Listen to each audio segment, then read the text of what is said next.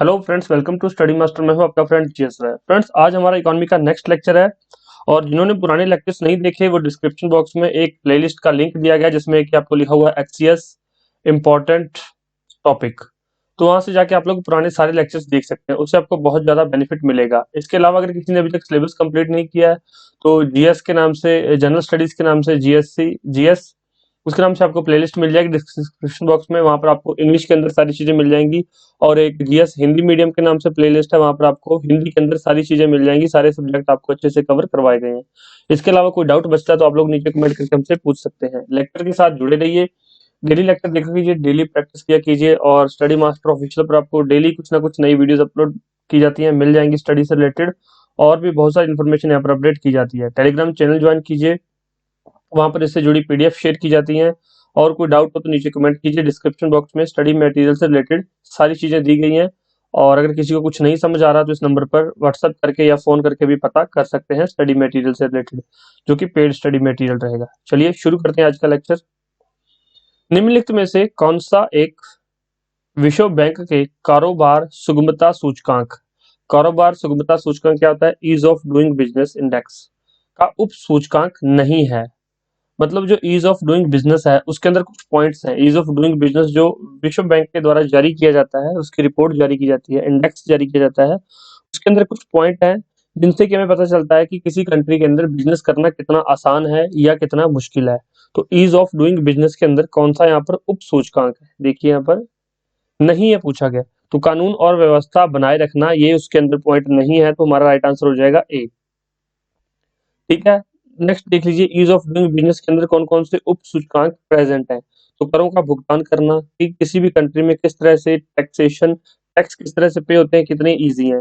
संपत्ति का पंजीकरण, जो आपकी प्रॉपर्टी है उसका रजिस्ट्रेशन कितना आसान है, कितना मुश्किल है, ये भी ईज ऑफ डूइंग बिजनेस के इंडेक्स को जो है उसमें इफेक्ट करता है। निर्माण परमिट और संबंधी कार्य करना, जो आपका मैन्युफैक्चरिंग है, निर्माण हो रहा है, जो भी इंडस्ट्री क्रिएट खड़ी की जा रही है उससे रिलेटेड आप लोग जो है परमिट आपको कितना आसान मिल रहा है, कितना मुश्किल मिल रहा है, ये सब तीनों पॉइंट जो है ईज ऑफ डूइंग बिजनेस के अंदर देखे जाते हैं। राइट आंसर क्या है इसमें, ए। यहाँ पर नहीं पूछा गया था, तो कानून और व्यवस्था बनाए रखने का कोई भी प्रावधान ईज ऑफ डूइंग बिजनेस के अंदर नहीं किया गया। नेक्स्ट क्वेश्चन पर चलते हैं। वैश्विक प्रतियोगिता रिपोर्ट, ग्लोबल कम्पिटिटिवनेस रिपोर्ट कौन प्रकाशित करता है। तो मैंने एक रिपोर्ट्स वाली अलग से वीडियो बनाई थी, जिसको नहीं देखी जो जाकर देख लीजिए, आपको मिल जाएगी। डिस्क्रिप्शन बॉक्स में लिंक प्रोवाइड करवा दूंगा। अगर किसी को लिंक ना मिले तो आप इस नंबर पर कह सकते हो कि सर हमें वो वीडियो भेजिए जिसके अंदर की अपने सारे जो है इंडेक्स करवा रखे हैं कि किस रिपोर्ट में कौन जारी करता है, किस रिपोर्ट में किस चीज से रिलेटेड क्या इन्फॉर्मेशन दी जाती है। तो वो एक छोटी सी वीडियो है 15 मिनट की, उसमें आपको सारी चीजें अच्छे से कवर की गई हैं। तो देख लीजिए, वैश्विक प्रतियोगिता रिपोर्ट, ग्लोबल कम्पिटिटिवनेस रिपोर्ट कौन प्रकाशित करता है। अंतरराष्ट्रीय मुद्रा कोष, संयुक्त राष्ट्र व्यापार एवं विकास सम्मेलन, या फिर विश्व आर्थिक मंच। तो राइट आंसर क्या है हमारा, विश्व आर्थिक मंच। वर्ल्ड ग्लोबल कम्पिटिटिवनेस रिपोर्ट कौन जारी करता है, वर्ल्ड इकोनॉमिक फोरम, विश्व आर्थिक मंच ये जारी करता है रिपोर्ट को। नेक्स्ट क्वेश्चन पर चलते हैं। निम्नलिखित कथनों पर विचार कीजिए। Doing business 2019 training for reform शीर्षक रिपोर्ट अंतरराष्ट्रीय मुद्रा कोष द्वारा प्रकाशित की गई है। तो ये गलत है। यहाँ पर कौन से कथन सत्य है पूछे गए हैं। कारोबार सुगमता सूचकांक में भारत 190 देशों की सूची में 17वें स्थान पर रहा है। तो जो 2019 के अंदर सूचकांक यहाँ पर जारी किया गया था उसके अंदर ये बिल्कुल ठीक है, 77 नंबर पर रहा था। तो इसमें राइट आंसर क्या है, बी इसका राइट आंसर हो जाएगा। तो ये जो है क्वेश्चन ये 2019 के हिसाब से है। अभी आप आज के जितने भी सूचकांक हैं 2021 के अंदर, 2022 के अंदर जितने भी सूचकांक आगे जारी किए जाएंगे, 2023 के अंदर आगे जितने भी सूचकांक जारी किए जाएंगे, इंडेक्स जारी किए जाएंगे, वो आपको लेटेस्ट पढ़ के जाने हैं। करंट अफेयर के अंदर हम ये सारी चीजें कवर आपको करवाते रहते हैं। ठीक है, वैश्विक वित्तीय स्थिरता रिपोर्ट किसके द्वारा तैयार की जाती है। वैश्विक वित्तीय स्थिरता रिपोर्ट किसके द्वारा तैयार की जाती है। ऑप्शन यहाँ पर देख लीजिए आप लोग, यूरोपीय केंद्रिक बैंक, अंतरराष्ट्रीय मुद्रा कोष। तो राइट आंसर क्या है, अंतरराष्ट्रीय मुद्रा कोष। वैश्विक वित्तीय स्थिरता report, global financial stability report जो है किसके द्वारा जारी की जाती है, अंतरराष्ट्रीय मुद्रा कोष, इंटरनेशनल मॉनेटरी फंड। चलिए एक क्वेश्चन है आपके लिए, बहुत बार मैंने आपको बताया, आईएमएफ की स्थापना कब की गई थी और इसका हेडक्वार्टर कहाँ है? ये क्वेश्चन भी कई बार एग्जाम में फ्रिक्वेंटली पूछ लिए जाते हैं। नेक्स्ट देखिए यहाँ पर, निरपेक्ष तथा प्रति व्यक्ति वास्तविक जीएनपी की वृद्धि आर्थिक विकास की ऊंची दर का संकेत नहीं करती। देखिए दोबारा से क्वेश्चन, निरपेक्ष तथा प्रति व्यक्ति वास्तविक जीएनपी की वृद्धि आर्थिक विकास की ऊंची दर का संकेत नहीं करती है। यदि यदि के बाद देखिए यहाँ पर कौन सा ऑप्शन आपके लिए बिल्कुल सही रहेगा।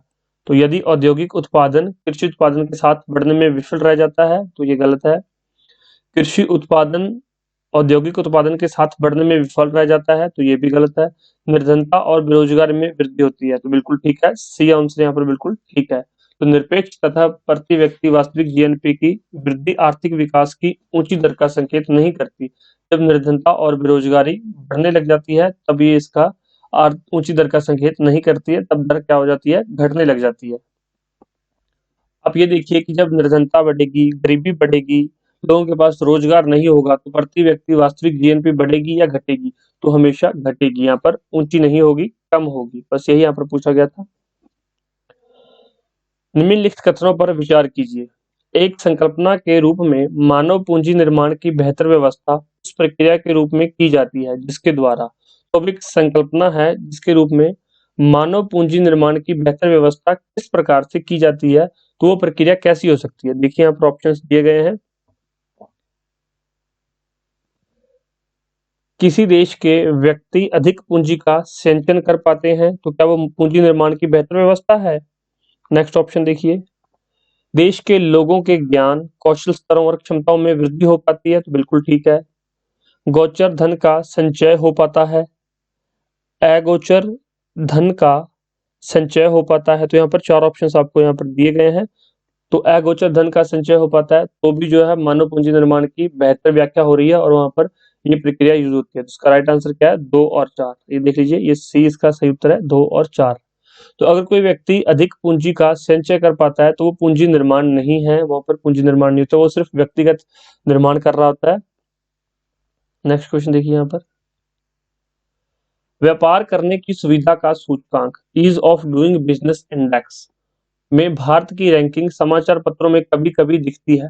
निम्नलिखित में से किसके इस रैंकिंग की घोषणा की जाती है? तो हमारा जो फर्स्ट क्वेश्चन था, यही मैंने आपको बताया था कि ease of doing business report कौन जारी करता है? तो सभी को पता होगा कि विश्व बैंक जारी करता है।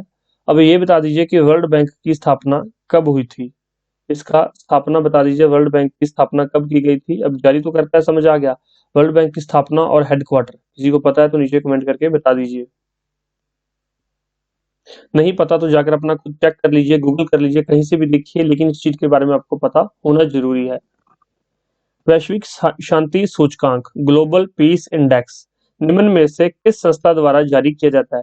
तो ग्लोबल पीस इंडेक्स किस संस्था द्वारा जारी किया जाता है? विश्व आर्थिक मंच द्वारा जारी नहीं किया जाता, संयुक्त राष्ट्र संघ द्वारा जारी नहीं किया जाता, institute for economic and peace. तो यहाँ पर ग्लोबल पीस इंडेक्स है, तो institute for economics and peace. Right answer क्या है? सी। तो इससे आप थोड़ा सा ध्यान रख सकते हैं कि शांति के बारे में बात की जा रही है और ये संस्था भी शांति के बारे में बात करती है, तो यही इस जो है इंडेक्स को जारी करती है। नेक्स्ट क्वेश्चन देखिए यहाँ पर, सतत विकास का आधार, सस्टेनेबल डेवलपमेंट का आधार क्या है? यहाँ पर ऑप्शंस दिए गए आपको, सामाजिक दृष्टिकोण, आर्थिक दृष्टिकोण, पर्यावरणीय दृष्टिकोण या फिर उपयुक्त में से कोई नहीं। तो उपयुक्त में से कोई नहीं तो आंसर नहीं हो सकता। तो सस्टेनेबल डेवलपमेंट क्या कहता है कि हमें पर्यावरण को साथ में लेकर चलना चाहिए, पर्यावरण को इतनी भी क्षति न पहुंचाओ कि उसमें आपको जो है प्रॉब्लम्स क्रिएट करनी पड़े। जैसे कि ग्लेशियर पिघल रहे हैं, पर्यावरण बहुत ज्यादा ये हम खराब कर रहे हैं, दोहन कर रहे हैं, तो ग्लेशियर पिघल रहे हैं, ग्लोबल वार्मिंग बढ़ रही है, डे का टेम्परेचर बहुत हाई हो रहा है। तो इस तरह से सतत विकास जो सस्टेनेबल डेवलपमेंट के अंदर पर्यावरण को ध्यान में रखते हुए बातें की गई हैं। तो पर्यावरण यहाँ पर महत्वपूर्ण दृष्टिकोण होता है। राइट आंसर क्या है? सी। एक और चीज मैं आपको बता दूं, इंपॉर्टेंट चीज, जब आप ये प्रीलिम्स के क्वेश्चन मेरे साथ प्रैक्टिस कर रहे हो तो धीरे धीरे आपकी साथ में मेंस की प्रिपरेशन भी हो रही है। अभी आपको समझ में नहीं आया कि मेंस की प्रिपरेशन किस तरह से हो रही है, लेकिन जब आप लोग मेंस का आंसर लिखने बैठोगे तब आपके माइंड में इतने पॉइंट्स आ जाएंगे जो मैंने यहाँ पर आपको फैक्ट्स करवाए हैं। ये क्वेश्चन के तहत मैं आपको जो फैक्ट्स करवा रहा हूँ वो मेंस के अंदर आप लोग जो है एक एक लाइन के अंदर एक फैक्ट्स लिख सकते हैं और आपको जो है आंसर आपका बहुत अच्छा आंसर बन के आ सकता है। वो भी जब मैं आपको आंसर राइटिंग की प्रैक्टिस करवाऊंगा, मेंस के अंदर आंसर राइटिंग प्रैक्टिस करवाऊंगा तो आपको बहुत ज्यादा वहां पर बेनिफिट मिलेगा। चलिए लेक्चर के साथ जुड़े रहिए।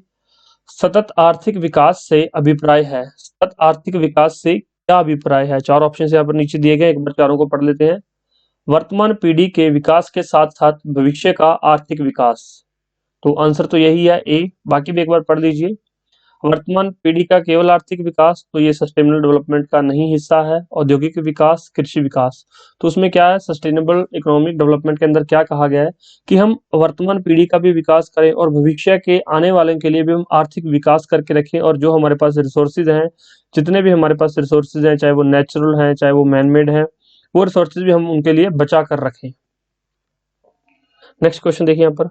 उच्च बचत वाली अर्थव्यवस्था होते हुए भी किस कारण पूंजी निर्माण महत्वपूर्ण उत्पादन वृद्धि में प्रमाणित नहीं हो पाता? फिर से क्वेश्चन पढ़ देते हैं। उच्च बचत वाली अर्थव्यवस्था होते हुए भी किस कारण पूंजी निर्माण महत्वपूर्ण उत्पादन वृद्धि में प्रमाणित नहीं हो पाता है? तो ये आईएएस 2018 के अंदर पूछा गया क्वेश्चन है। यहाँ पर देख लीजिए, क्योंकि कमजोर प्रशासन तंत्र है, ये इसका कारण नहीं है। निरक्षरता, ये भी इसका कारण नहीं है। उच्च जनसंख्या घनत्व, ये भी नहीं है। तो उच्च पूंजी उत्पाद अनुपात, तो यहाँ पर जितना पूंजी और उत्पाद अनुपात है वो बहुत हाई है, इसके कारण जो पूंजी और उत्पाद अनुपात है वो बहुत हाई है। इसके लिए हम इतनी सेविंग करते हैं, फिर भी हमारा जो है पूंजी निर्माण के अंदर बहुत ज्यादा वृद्धि नहीं हो पाती है, क्योंकि हमारा पूंजी और उत्पाद अनुपात बहुत ज्यादा है। ठीक है, राइट आंसर यहाँ पर है डी। समावेशी समृद्धि के लिए आवश्यक है। समावेशी समृद्धि के लिए क्या आवश्यक है? चार ऑप्शन यहाँ पर दिए गए हैं। ये यूपी पीएससी मेंस के अंदर ये पूछा गया क्वेश्चन है, तो बताइए यहाँ पर चार ऑप्शन को एक बार पढ़ लेते हैं। अधोसंरचनात्मक सुविधाओं का विकास करना, तो ये आवश्यक है। कृषि का पुनर्धार, ये भी आवश्यक है समावेशी समृद्धि के लिए। शिक्षा एवं स्वास्थ्य जैसी सामाजिक सेवाओं की अधिकाधिक उपलब्धता, तो ये भी ठीक है। तो राइट आंसर क्या है? उपरोक्त सभी। तो डी इसका सही उत्तर हो जाएगा। फ्रेंड्स, यहाँ तक अगर आपने लेक्चर देख लिया तो प्लीज मुझे बता दीजिए आपको लेक्चर कैसा लग रहा है। अगर बहुत फायदा मिल रहा है तो इसको शेयर कर दीजिए, इसको लाइक कर दीजिए, एक अच्छा सा कमेंट करके मुझे बता दीजिए, क्योंकि आपके कमेंट्स हमारे लिए एक पॉजिटिव एनर्जी का काम करते हैं, वही हमारे लिए फीस का काम करते हैं। तो हम और बेहतर आपके लिए लेक्चर्स लेके आ सकें और अच्छा स्टडी मटेरियल आपको प्रोवाइड करा सकें और अच्छे से अच्छा लेक्चर आपके लिए बना सकें। तो इतना काम जरूर कर दिया कीजिए। नेक्स्ट क्वेश्चन देखिए।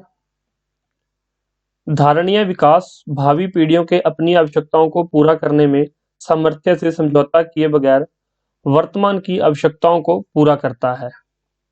एक बार दोबारा से पढ़ लीजिए।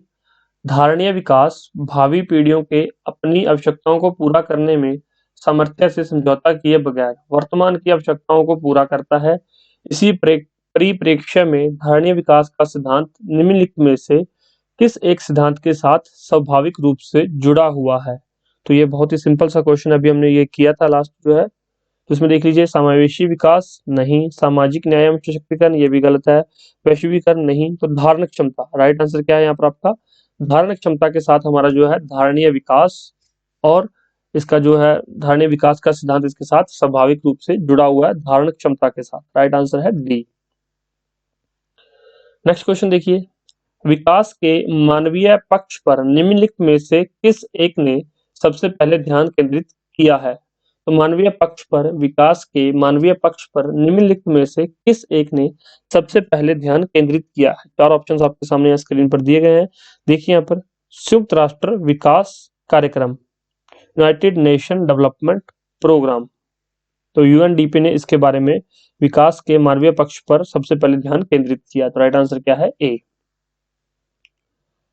मानव निर्धनता सूचकांक किस वर्ष की मानव विकास रिपोर्ट में प्रस्तुत किया गया था? तो मानव निर्धनता सूचकांक किस वर्ष की मानव विकास रिपोर्ट में प्रकाशित किया गया था? तो ये 1997 की रिपोर्ट थी, तो इसलिए 1998 में ये क्वेश्चन भी पूछा गया था, 2010 में भी ये क्वेश्चन पूछा गया, और ये क्वेश्चन बहुत ही बेसिक क्वेश्चन है, तो ये पूछ लिया जाता है, तो बार बार ये रिपीट भी होता रहता है क्वेश्चन है, तो ध्यान रखिए इन चीजों का। नीचे दो कथन दिए गए हैं जिनमें एक को कथन ए तथा दूसरे को कारण आर कहा गया है। तो यहाँ पर हम पहले कथन पढ़ेंगे फिर कारण पढ़ेंगे, उसके बाद देखेंगे कि कथन और कारण सही है या गलत। मानव विकास सूचकांक HDI ह्यूमन डेवलपमेंट इंडेक्स एवं सतत विकास लक्ष्यों SDG सस्टेनेबल डेवलपमेंट गोल्स पर आधारित भारतीय राज्यों को वरीयता में धनात्मक संबंध है। तो क्या इसका संबंध है HDI और SDG का? तो ये बिल्कुल ठीक है कथन, ये सही है। SDG लक्ष्यों को आधारभूत आयाम शिक्षा एवं स्वास्थ्य से घनिष्ठता के साथ अंतर संबंधित है। तो बिल्कुल सस्टेनेबल डेवलपमेंट गोल्स जो हैं उसके अंदर शिक्षा और स्वास्थ्य को बहुत अच्छे से जो दिया गया है। 14 सस्टेनेबल डेवलपमेंट गोल्स हैं, SDG हैं, आप उसको देख लीजिए, उसमें शिक्षा और स्वास्थ्य भी दिया गया है। तो यहाँ पर क्या है, ए और आर दोनों सही हैं, तो बिल्कुल ठीक है। आर ए की सही व्याख्या करता है, तो यहाँ पर देख लीजिए आर ए की बिल्कुल सही व्याख्या भी कर रहा है, तो राइट आंसर है ए। ये क्वेश्चन थोड़ा सा पता नहीं देखने में अटपटा लग रहा है, चलिए देखते हैं क्या कुछ है। बहुआयामी निर्धनता सूचकांक में सम्मिलित होते हैं। तो यहाँ पर बहुआयामी निर्धनता सूचकांक है, तो उसमें क्या क्या चीजें यहाँ पर सम्मिलित होती हैं। स्वास्थ्य के बारे में, निर्धनता सूचकांक में स्वास्थ्य के बारे में पूछा जाता है, शिक्षा के बारे में चर्चा की जाती है और जीवन स्तर। तो इसमें तीनों ही सही है, तो देख लीजिए तीनों किसमें है, तो ये डी 1, 2 और 3 सही है, तो राइट आंसर क्या है, डी। तो इस तरह के क्वेश्चन है जो आपको देखने में तो कुछ टफ लग सकते हैं, लेकिन एक्चुअल में वो होते आसान है। वो सिर्फ आपको कॉन्फिडेंस तोड़ने के लिए होते हैं, क्वेश्चन को घुमा फिरा के पूछा जाता है। क्वेश्चन वही होता है जो आप पढ़ के गए होते हैं। ये सारी चीजें आपको बहुत डिफरेंट डिफरेंट बुक्स में मिल जाएंगी, हमारे नोट्स में भी मिल जाएंगी। नोट्स में तो बिल्कुल एक एक चीज बताई गई है कि क्वेश्चन यहाँ से इस तरह से पूछा जाएगा। तो जो नोट्स से पढ़ रहे हैं उनको तो बहुत ज्यादा हेल्प मिल रही है। आपको भी चाहिए तो डिस्क्रिप्शन बॉक्स में लिंक दिया गया है, वहां से हमें आप लोग जो मैसेज कर सकते हैं। ये हमारा व्हाट्सएप नंबर है, इस पे भी आप मैसेज करके पता कर सकते हैं। वर्ल्ड डेवलपमेंट रिपोर्ट एक वार्षिक प्रकाशन है, तो किसके द्वारा वर्ल्ड डेवलपमेंट रिपोर्ट है जो किसके द्वारा प्रकाशित की जाती है, जो हर वर्ष प्रकाशित की जाती है। तो अंतरराष्ट्रीय पुनर्निर्माण एवं विकास बैंक जो है वर्ल्ड डेवलपमेंट रिपोर्ट को जारी करता है, प्रकाशित करता है। तो राइट आंसर क्या है, बी।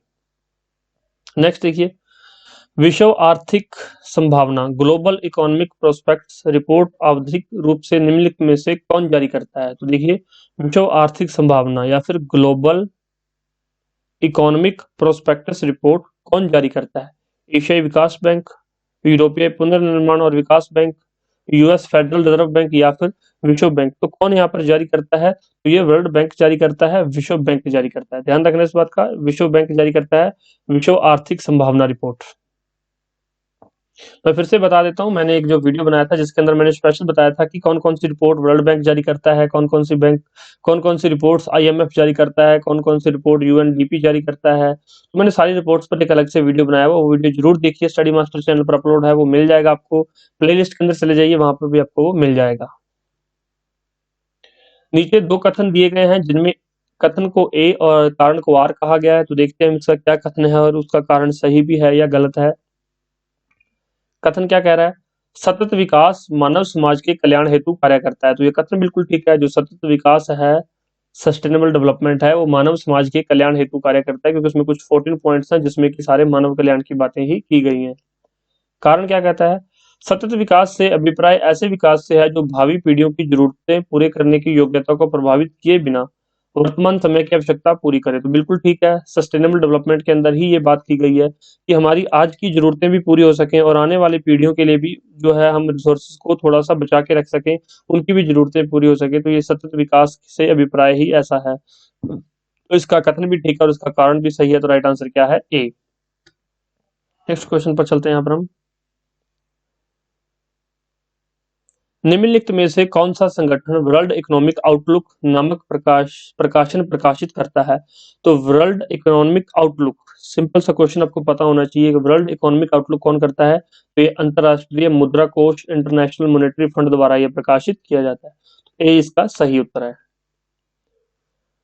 निम्नलिखित में से कौन विश्व के देशों के लिए सार्वभौम लैंगिक अंतराल सूचकांक ग्लोबल जेंडर